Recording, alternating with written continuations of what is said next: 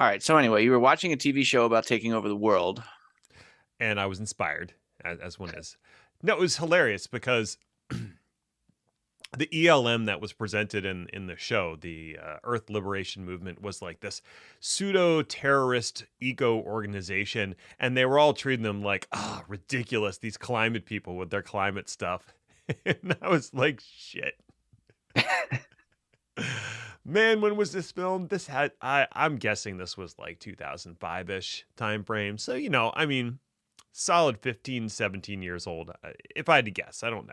I'd actually have to look up the episodes. Doesn't matter. Sure. The point is, it felt outdated. They were making fun of like people firebombing SUVs and stuff. And I'm like, no, sweetie. That's hilarious. It's like, the actual terrorist organizations we have to worry about they're not the Earth Liberation Foundation or whatever. It's probably the white nationalists. And right. Also, like, climate change is a real thing and it's a big problem now. So you can save that, put that in your pipe and smoke it, y'all. I mean, that's your opinion. Oh, well, just like facts. Okay, 2006. I was very close. I had to look it up. That's not bad. And I mean, I remember that term or that the name of that series, but I thought it was a movie, first of all, when you said it. Like Numbers was definitely a movie, right? Probably with Jim Carrey. It might have been filmed in black and white. I don't know what you're talking about. I can't even tell if you're doing a bit. It's a bit of a bit, yes. I just melded like 5 things together from the late 90s, early 2000s. Okay. Showtime. Thank you. That's all I got. Have you seen the new Sonic movies? Oh, yeah. There's 2 of them. Yep. Okay, so you've seen both of them, and you know that Jim Carrey is excellent in both. Yes, he not only is he great casting, in my opinion, for Dr. Robotnik, he's the only casting. There are very few other people I can think of that could potentially fit the bill, and they would have done it in completely different ways. So, right. I mean, like, could you imagine Dennis Hopper as Dr. Robotnik? Well, I mean, he does have the major negative on that front is that he is not alive. You got to imagine it then, right? And if he had the forethought to sell his likeness to AI, which we can get to later, it wouldn't even be a problem. You heard about the Bruce Willis thing, right? Yeah, there's a little bit of fake news involved in that story at the moment. It's complicated. Isn't it always when it comes to AI? Maybe that's a future episode, I think. AI, it's complicated. Okay. Let's get into this one. Hello, alleged human, and welcome to the Chaos Lever podcast. My name is Ned. I'm definitely not a robot. I abide in a ranch-style domicile of my own volition. It has nothing to do with the fact that stairs are a frightening and insufferable mystery. Everyone has their thing, right? Vacuum cleaners frighten the dogbot, and stairs. Well, never mind. I don't like stairs. With me is Chris, who is also here. How do you feel about stairs, Chris? I mean, I can go both down the stairs and up the stairs at whatever speed I choose. So, that's how legs work when you're delightful. Alive. Going upstairs is perfectly fine. Going downstairs is a terrifying nightmare. I think we can all agree on that. So you're an opposite cow. That's why they have ramps. Is that really true? I feel like that isn't true. I feel like that's urban, not even urban legend, like rural legend. A rural legend. I feel like there's a name for that already, an old wives' tale. I mean, you've got to imagine for a cow, there would at least be perplexed. I think that's the constant state for a cow. Grass? Grass? Repeat for 40 years. Oh, I'm glad we're laughing because the rest of this episode is just going to be me cursing a lot. So let's do that. Strap in. Let's talk about some tech garbage. Supercloud. Trademark. Trademark, TM, R, copyright, all those things. It's a thing now, so I guess we need to address it. Yeah. Fuck. Cool. Let's do that. I mean, yay! In the not too long ago, I think we mentioned Supercloud briefly in a larger discussion of hybrid, on premises, and other things, and my original take was something along the lines of, this is a stupid term that someone invented so they could own and promote it. The term adds nothing substantive to the discussion on the future of technology, conflates multiple terms we already don't have a solid definition for, and as a fluffy, confusing buzzword to the marketing hellscape, vendors can glom onto and abuse until it is more meaningless than it started. And yet, there is an AI idea. We need to put together a fluffy, confusing buzzword bot. I think that's already taken care of for us. Well, yeah, but that's by IT Dude Bros. This would be by AI. But you repeat We've yourself. always wanted to put the IT Dude Bros out of business. Okay, well, that's fair. Yes. And yet, despite all of this, all the angry things that I said into a microphone that clearly some people listen to, it persists.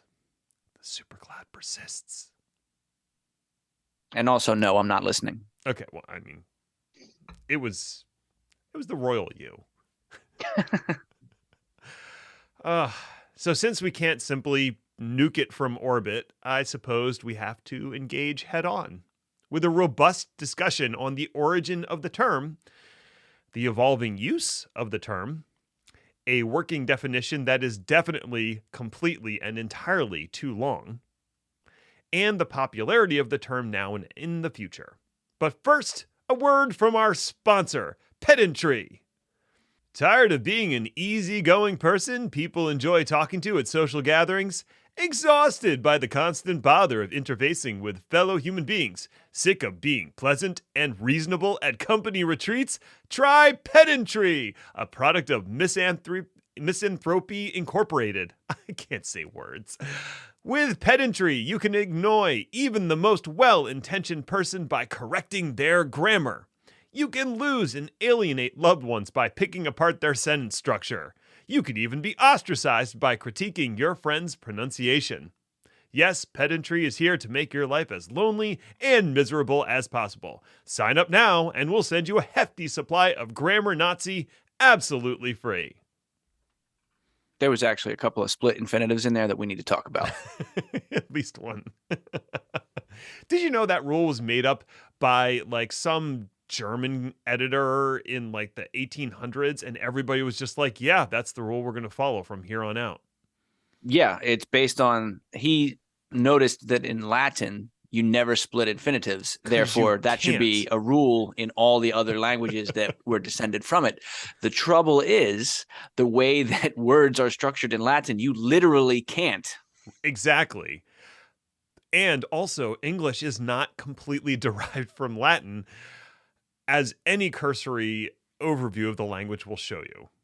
But anyway, I've reached a point in my life and career where I've recognized that, you know what? Being pedantic and exacting about language is not always the best solution. I know that is heresy, Chris. But mostly? Probably not even mostly. Are there situations that call for using your lexicon with exacting precision? Certainly. Is that situation a casual conversation with a colleague or friend? No, Chris, it's not. This is going to bother you so much. I love it. Words mean things, but what they mean is constantly evolving and changing based on how humans use language. There's no right way except what we've collectively decided is right.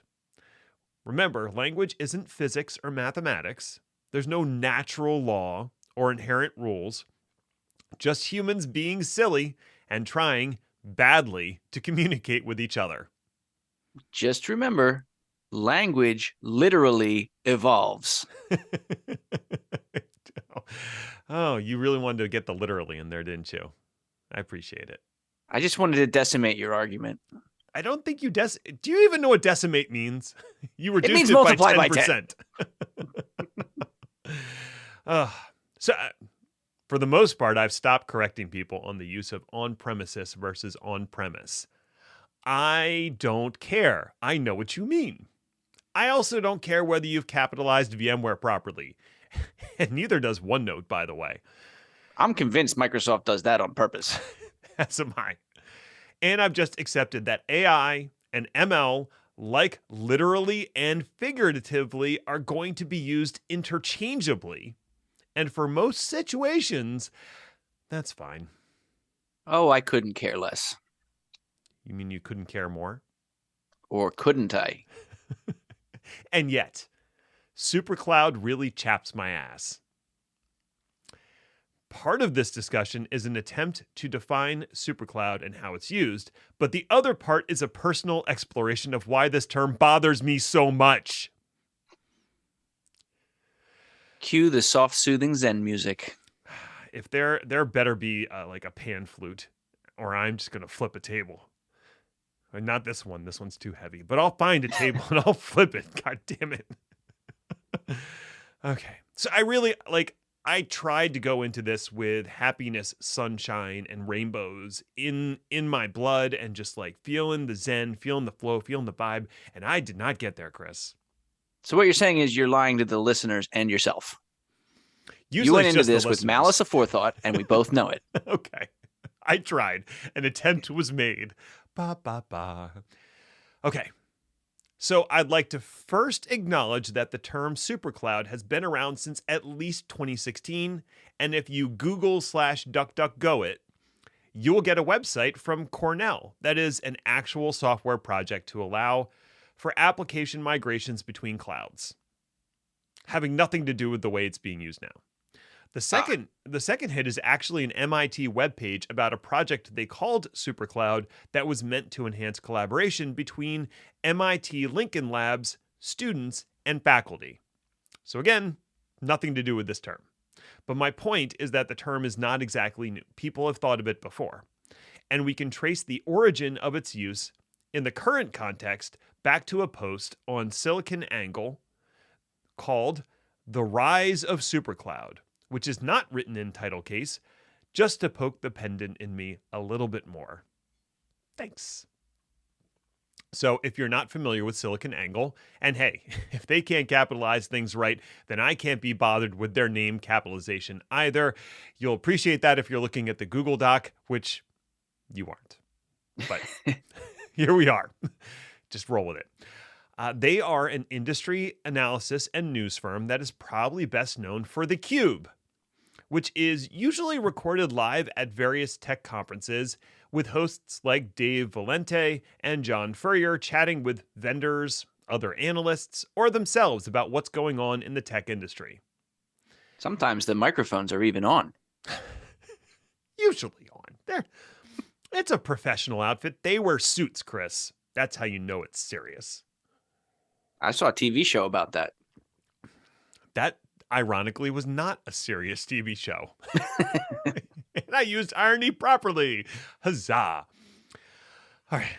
As someone who has done some work as an analyst, I can say that your primary job is to make shit up and try to make it catchy so your brand or your firm gains traction. I'm sorry. I believe you mean a percentage of mind share. Ouch. For example, consider the Magic Quadrant from Gartner. You know it? You love it? You might even think there's some hard science behind it. I assure you, there is not.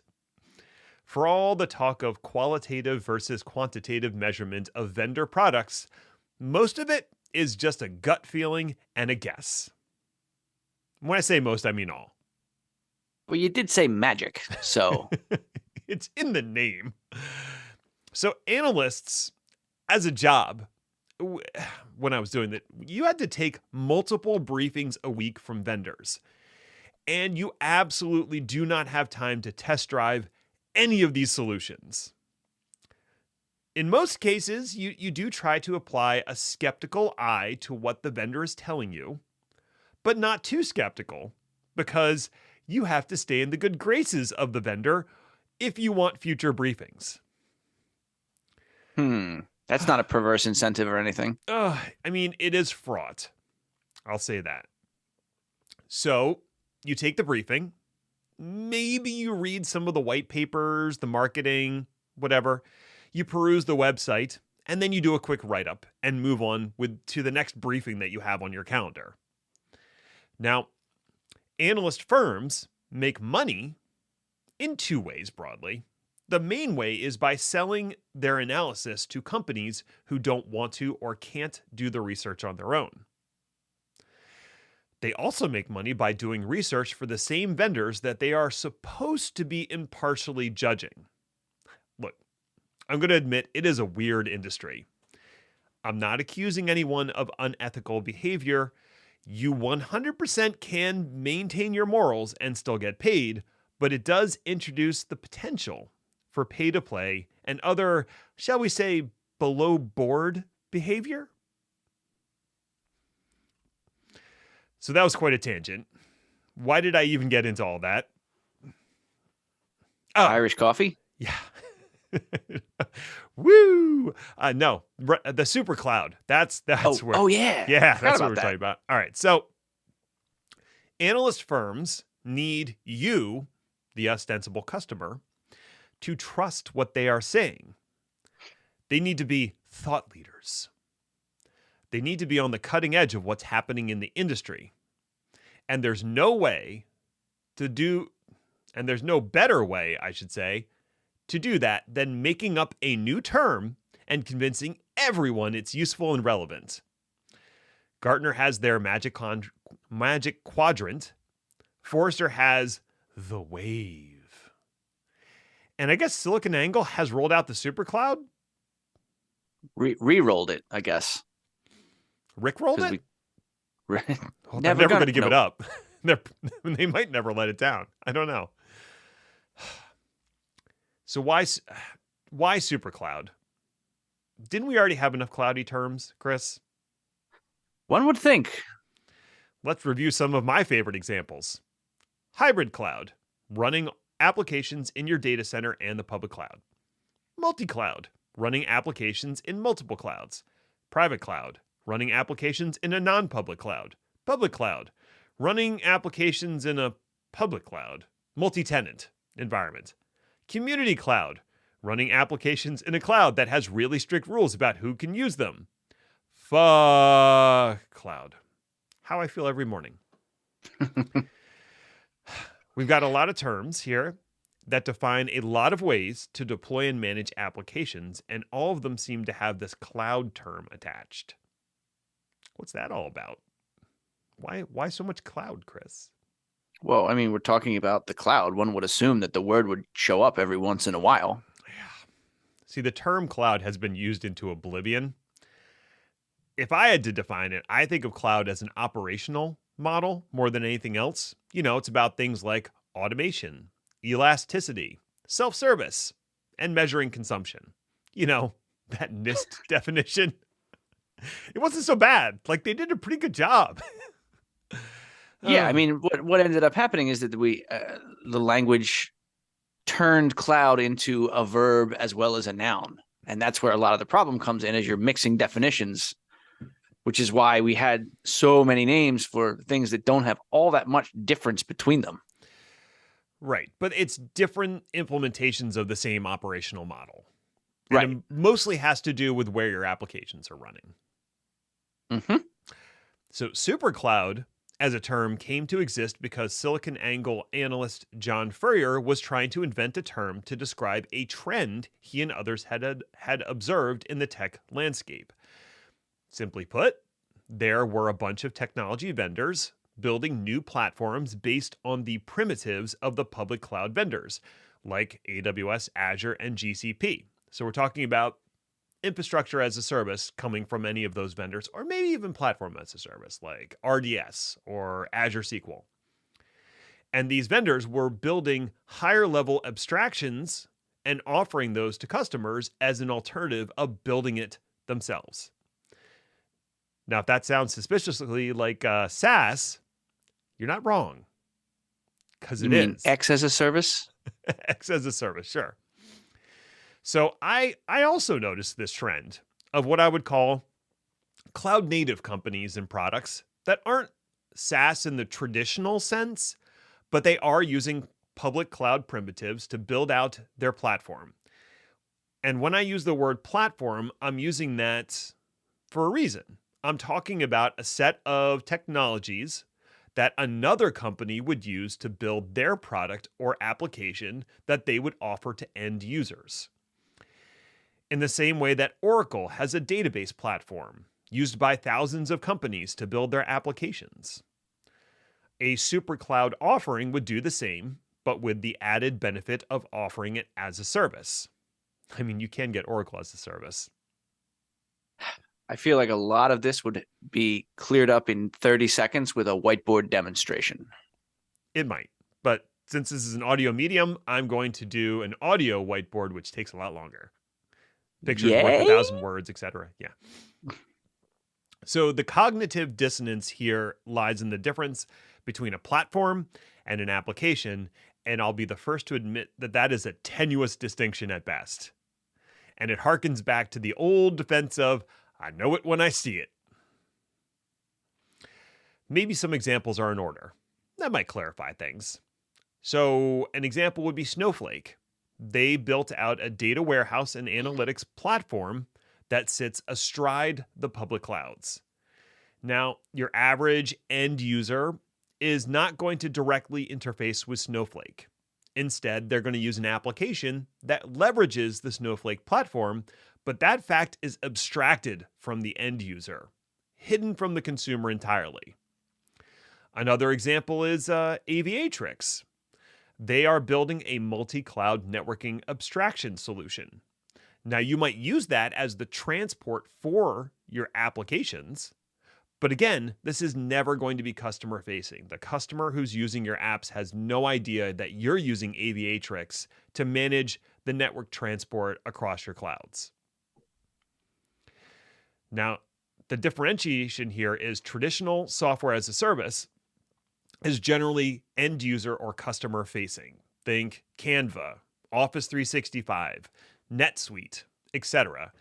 All of these offerings are consumed by non-technology professionals to get their work done. In some cases, solutions like Salesforce.com have drifted into the platform territory. But as I said, the distinction between platform and SaaS can be a bit tenuous.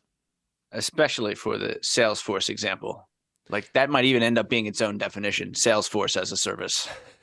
Well, the thing about Salesforce is they bought a whole platform. Right. So what's the name of it? Heroku. They bought Heroku. So that was like, hey, this is literally a platform people build applications on a regular basis. So they do have that. But also, we're going to call this Salesforce 2. Yeah. Also, within the larger Salesforce umbrella, they bought like a web application firewall company, I think, at some point. And they also, just their actual service has a bunch of programming platforms inside of it. So it's just like, yes, it is a platform, but it's also a service. It's confusing. Anyway, maybe they're a cloud. Maybe they're a service. Oh, God.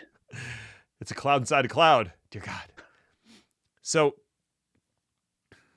there is a working group definition of Supercloud you can check out, links in the show notes, etc.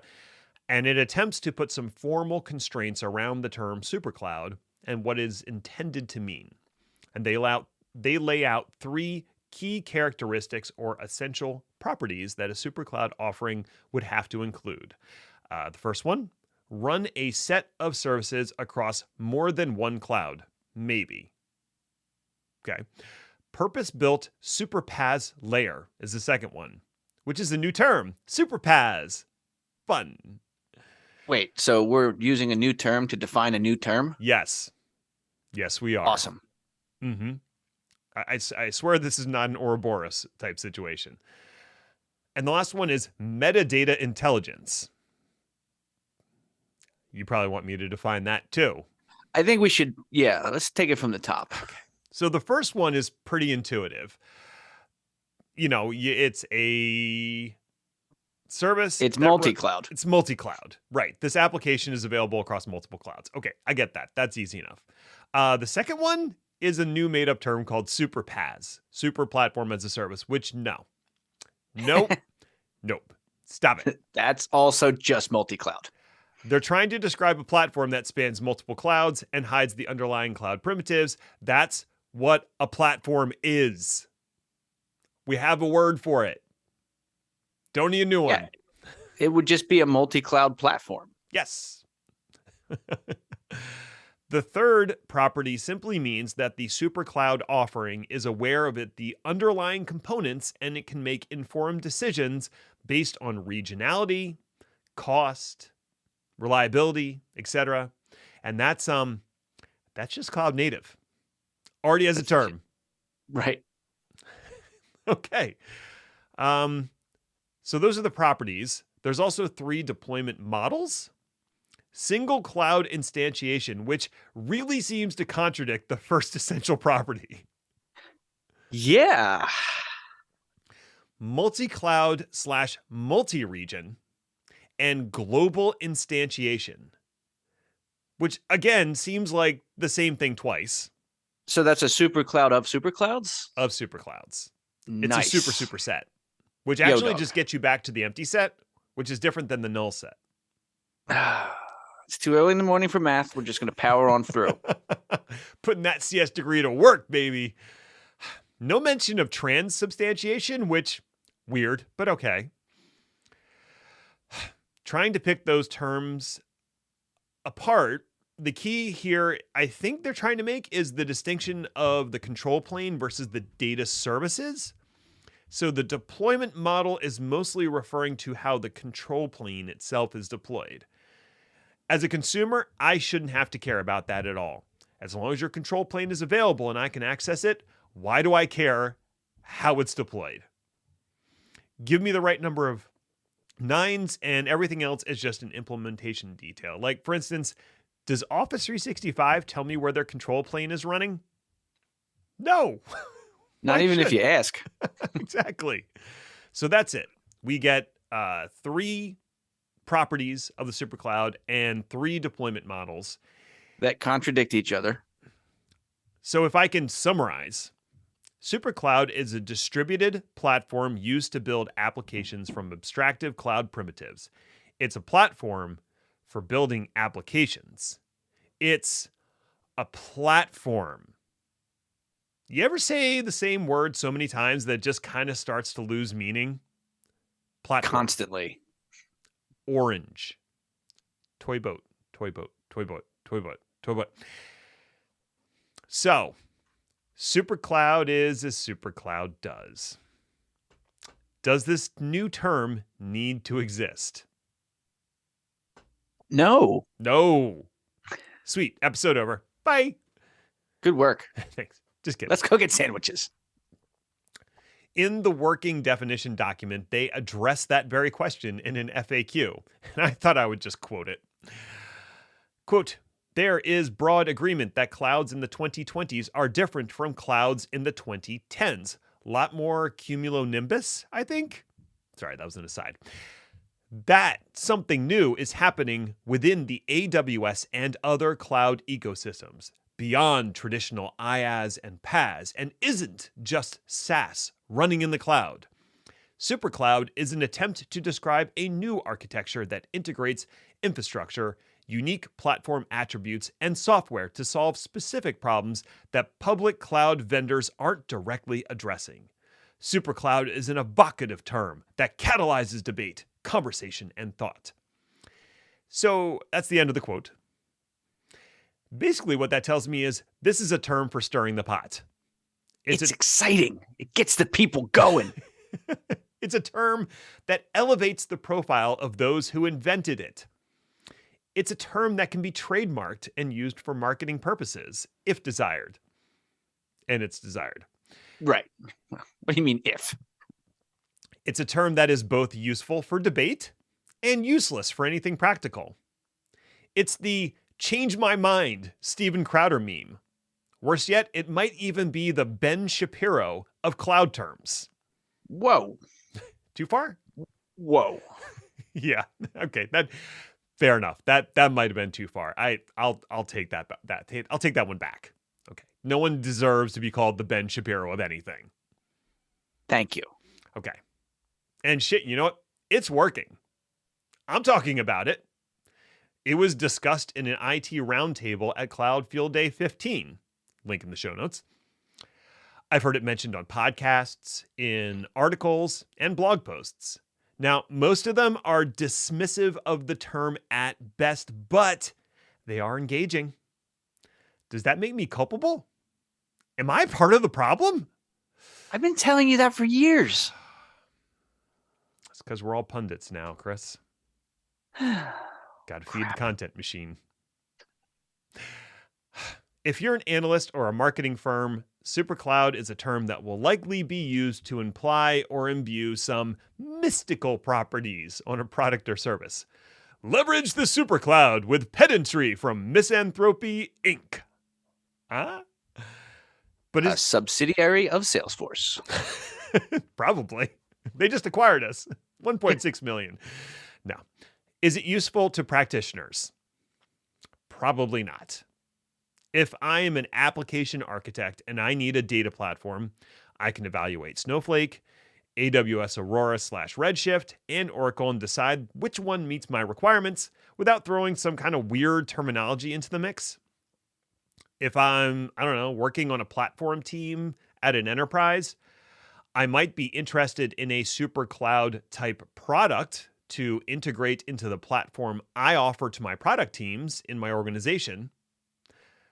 But again, the Supercloud terminology itself, not all that useful. Does it? Especially since we've already got words for all of that. I know. Does the term group similar offerings into a category where they can be compared fairly on their merits? Not really. Which would actually be a useful thing to do. What does NetApp versus Snowflake versus VMware have to do with each other? Ooh. We can compare the swag bags we get at conferences. Ooh, that's true. In my experience, NetApp has been the best with the swag. I was going to say, one time I got a wind-up dancing robot. I got a Raspberry Pi robot assembly from them. Man, yeah, awesome. Stop bragging about how many Raspberry Pis people give you. So many.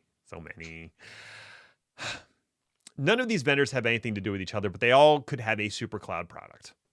Right. So what we're really doing here is grouping together disparate product offerings and rolling them into a useless category for comparison and evaluation. So I think it also fails as a term used by analysts as well.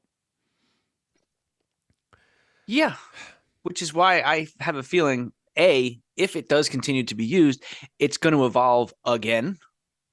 But B, I kind of feel like it's just not going to get used because it's not precise. Well, that's never stopped anybody.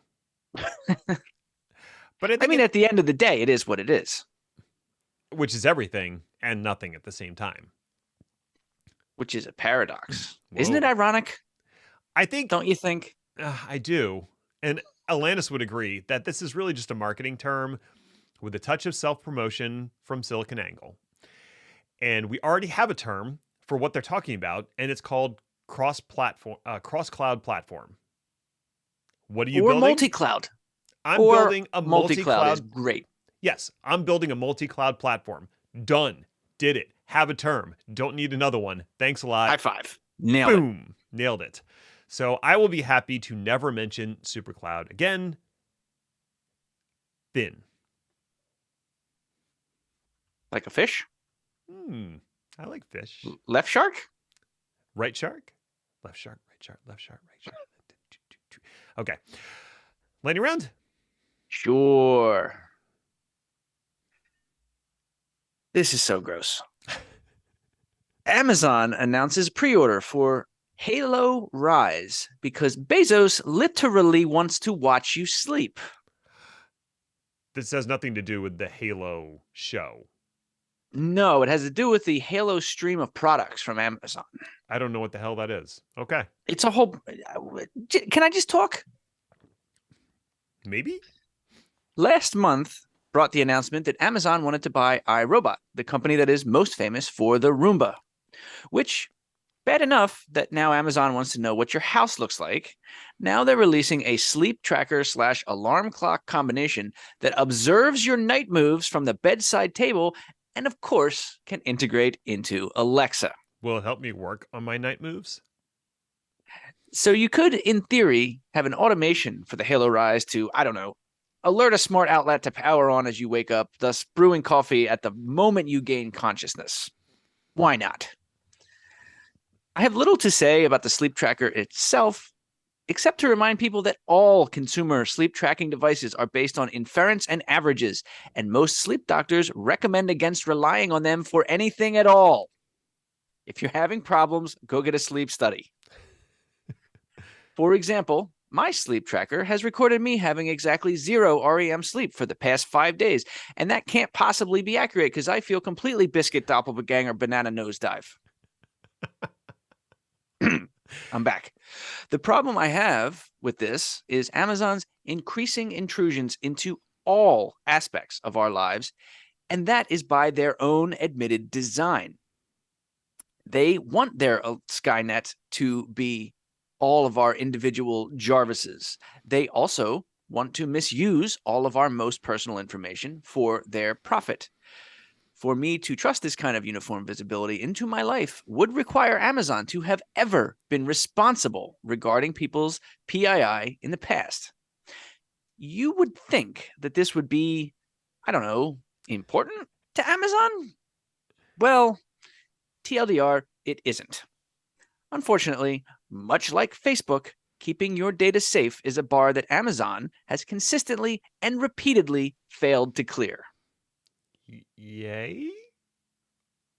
No, not yay. Reason number 0, not to run Exchange yourself. Late on Thursday, September 29th, Microsoft announced a 0-day vulnerability for Microsoft Exchange servers that ranked a whopping 9.8 on the CVE scale. So close to 10. Thought you could have done it. You know, with a little more gumption, they could have gotten there. So that's bad. Yes, I have it written down here. That is bad. How bad is it? There are roughly 220,000 Exchange servers running out in the wild that are internet accessible and vulnerable to the exploit, or exploits, rather, since this is a combo attack. The first is a server-side request forgery vulnerability, which allows the attacker to trigger the second, a remote code execution through PowerShell. Attackers will need valid credentials of at least one email user to successfully run this attack, so hopefully none of your users have weak or reused passwords and can't be fooled by phishing or social engineering attacks. As far as we know, this set of exploits only affects on-premises Exchange servers and not Microsoft's Exchange Online service. However, if you happen to be running in hybrid mode, which I know a lot of you are, that pesky hybrid server that you put in a corner and forgot about, that is still very much vulnerable to this attack. Microsoft has an advisory post up that details the vulnerabilities and suggested mitigation strategies. They all basically boil down to adding a URL rewrite to prevent access to PowerShell through the auto-discover service and disabling PowerShell access for non-admin users, which you probably should have done anyway. As of this recording, there is no patch for the vulnerability, but Microsoft is scrambling to get one out the door ASAP. On an unrelated note, I am available to assist with Office 365 migrations for the low price of $400 an hour.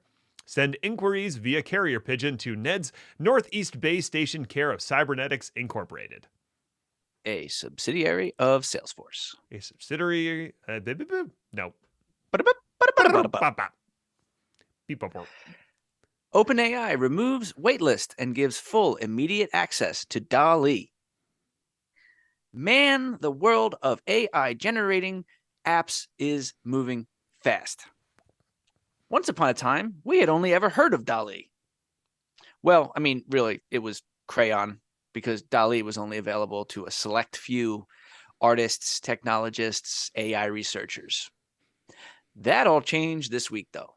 OpenAI has decided to grant full public access to DALL-E, completely removing the waitlist. According to OpenAI, this is to expand DALL-E's capabilities through widespread use and training, with the company saying effectively, we need to put it out into the world and let it learn. Realistically, though, this is probably because competitors in the AI image generating space, such as Midjourney and Stable Diffusion, are absolutely eating DALL-E's lunch when it comes to popularity. The decision feels fraught, as OpenAI wasn't supposed to just chase users. The company was designed to work for the benefit of all humanity and other such high-minded goals. Many hand-wringing Twitter users have said that this is going to be instantly problematic, as this widespread access could lead to misuse, such as creating offensive or pornographic images. There is also concern that OpenAI could be overwhelmed with requests and that the quality of images generated could suffer as a result. Twitter user @TimO'Brien states, the accumulation of ethical debt will be immediate, while the mop-up of the resulting mess will go on in perpetuity. Love it. Doesn't that just describe society, though? Really, really does. C and C++ are looking mighty rusty, or rather, they aren't. Now I'm going to say this up front. Programming languages don't die. Just ask any COBOL programmer and they'll answer in the affirmative all the way to the bank. So while the death of C or C++ is not exactly nigh, there is a young upstart taking the systems programming world by storm. Rust. The Rust programming language is considered memory safe by default, meaning that it won't allow you to make common memory management mistakes like invalid heap and stack access, memory leaks, and mismatched memory allocation. These are the kinds of errors that make up the vast majority of CVE security problems, and it is all too easy to do so in C or C++. Rust was designed with security in mind, while still supporting lower-level programming, and for that reason, it is considered a suitable replacement. The tipping point for many was the coming inclusion of Rust in the Linux kernel, starting with version 6.1. Side note, 6.0 dropped this past week as expected. Now, Mark Russinovich, the CTO at Microsoft Azure, has said that all of his new projects will be written in Rust.